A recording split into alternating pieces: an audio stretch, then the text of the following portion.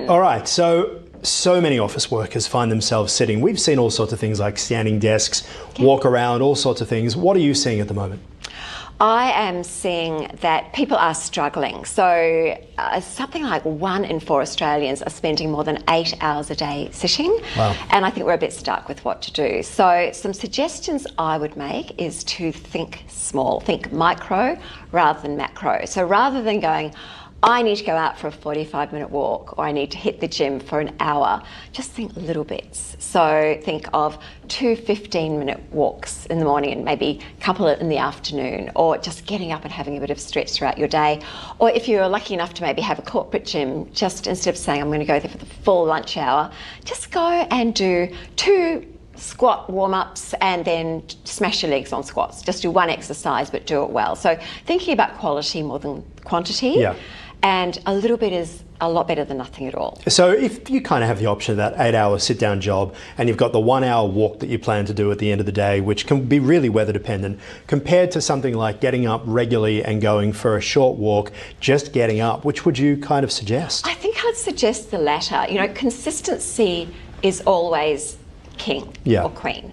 And your body loves getting up, doesn't it? Just loves getting up and out. It does. And you know, Aaron, I'm a big believer in front loading your day. Okay. Because as the day goes on, especially if you've been sitting down all day, you know, the less you use energy, the less you have energy. Yes. And so by the end of a 8-hour day, sitting down at 7 p.m, it's a wet Melbourne night, the last thing you feel like doing is exercising. So I feel like even if you can say, look, I'm not going to walk to my usual train station this morning, I'm going to walk to the next one over, another 15-minute walk, listen to a really motivational podcast, you've got a great kickstart on your day already.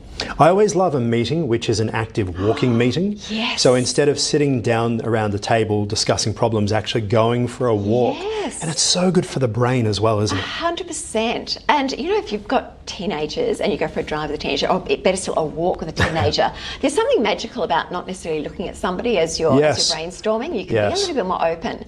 So there's lots of research to show that yes, walking as a meeting is not just great physically and physiologically, it's also really great cognitively and creatively.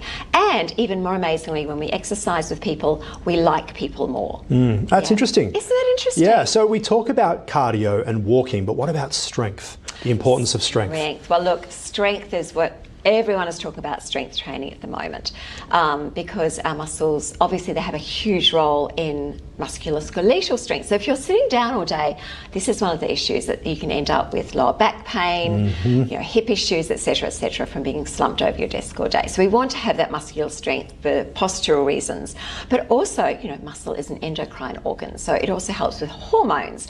So we want to have strong muscles for power, strength, strong bones, better hormonal health, better metabolic health. So absolutely, everyone should be prioritising strength training. And it doesn't get any easier as we get older, does it? Like the idea of when we're younger and kind of rock up to work after a big night out, it's really about making sure that, you know, you spoke about it before, consistency, right? Yeah. How do we track our consistency? Because often, if someone says to me, I've stopped eating red meat, and I can't believe how often I must have been eating red meat, because now when I look at a menu for something that doesn't have red meat, I can't find anything I like, which means that I must have been eating and consuming so much more of it. So what we think we're doing is quite often very different to what we really are doing. How do we track it? Yeah, okay, that's a great question. I mean, you can go old school and you can just keep a journal, but there are so many great techie devices to Well, you've got two on you. Yeah, I'm teched up, so are you. Yes, I've always got the Apple Watch. Yes. Yeah, we were saying before we went on air, I've got my Apple Watch on one hand and my Whoop on the other. So I think that tech devices, and when we look at fitness trends for the last, I think, 5 years, fitness devices have been the #1 trend globally. So a lot of people love their fitness devices, whether it's a Garmin or an Apple or whatever it is, to help you stay consistent. And with your weight training as well, if you possibly can, you want to be keeping track of that data to ensure that you are lifting heavier over time so that you are progressing with your training. That's really important too. We seem to live in a bit of an excuse lifestyle these days. The weather in Melbourne isn't great, so I didn't go for that bike ride or go for the walk. How can we make exercise and just getting up and doing things non-negotiable? Yeah, I think that's the answer, actually. I think you've nailed it. You just have to get up and go. And it's a bit like, you know, just no matter what, the alarm goes off and you don't second guess yourself. Because if you did that approach with raising your children, if you had that approach of maybe I will, maybe I won't with work, you'd be in big trouble. You'd get sacked, you know. So if you you need to not apply that to your exercise too. It is just, it's all in the brain, isn't it? It's kind of like when you're looking at the is. dishwasher and it beeps because it's finished, and you think to yourself, I've got to unpack it, and it feels like a massive task because you're thinking about the whole task. Yeah. Yet when as soon as you pick up one dish, you go, oh, that was easy, and you get the second and then away, and before you know it, it's done, right? So it's that kind of, that Nike thing of just do it, of getting away from overthinking. I think so. And look, if you're an early morning exerciser, having everything laid out so that as soon as your alarm goes off, you're straight out of bed,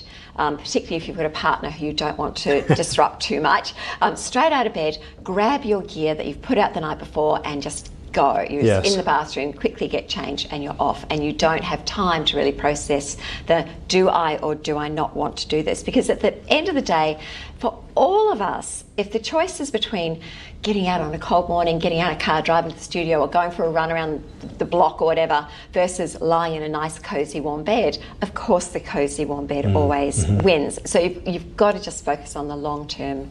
And I love the idea of planning, goals. kind of planning the night before. It's like, you know, that Einstein saying of he only ever wore the same outfit every day so he didn't have to think about what he was going to wear. And taking the thought process out of the thinking process means you just get it done, right? Yeah, absolutely. Make it as easy for yourself as you possibly can, and then create a situation where you get to the point where you actually really love your training. And that might mean training at a CrossFit gym or a studio like mine where you rock up and all your besties are there. Yeah. And it's fun. Yes. You know, as well as it's hard training, you're getting to see all I've actually got a little technique that I'll share for anyone who may or may not be interested.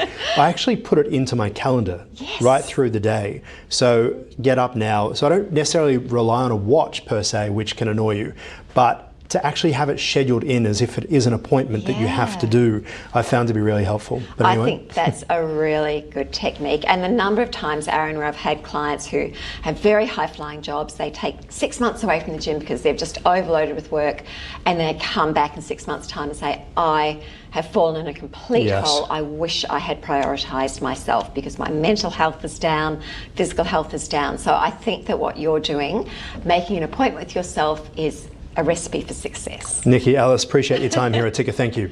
Thank you, Aaron.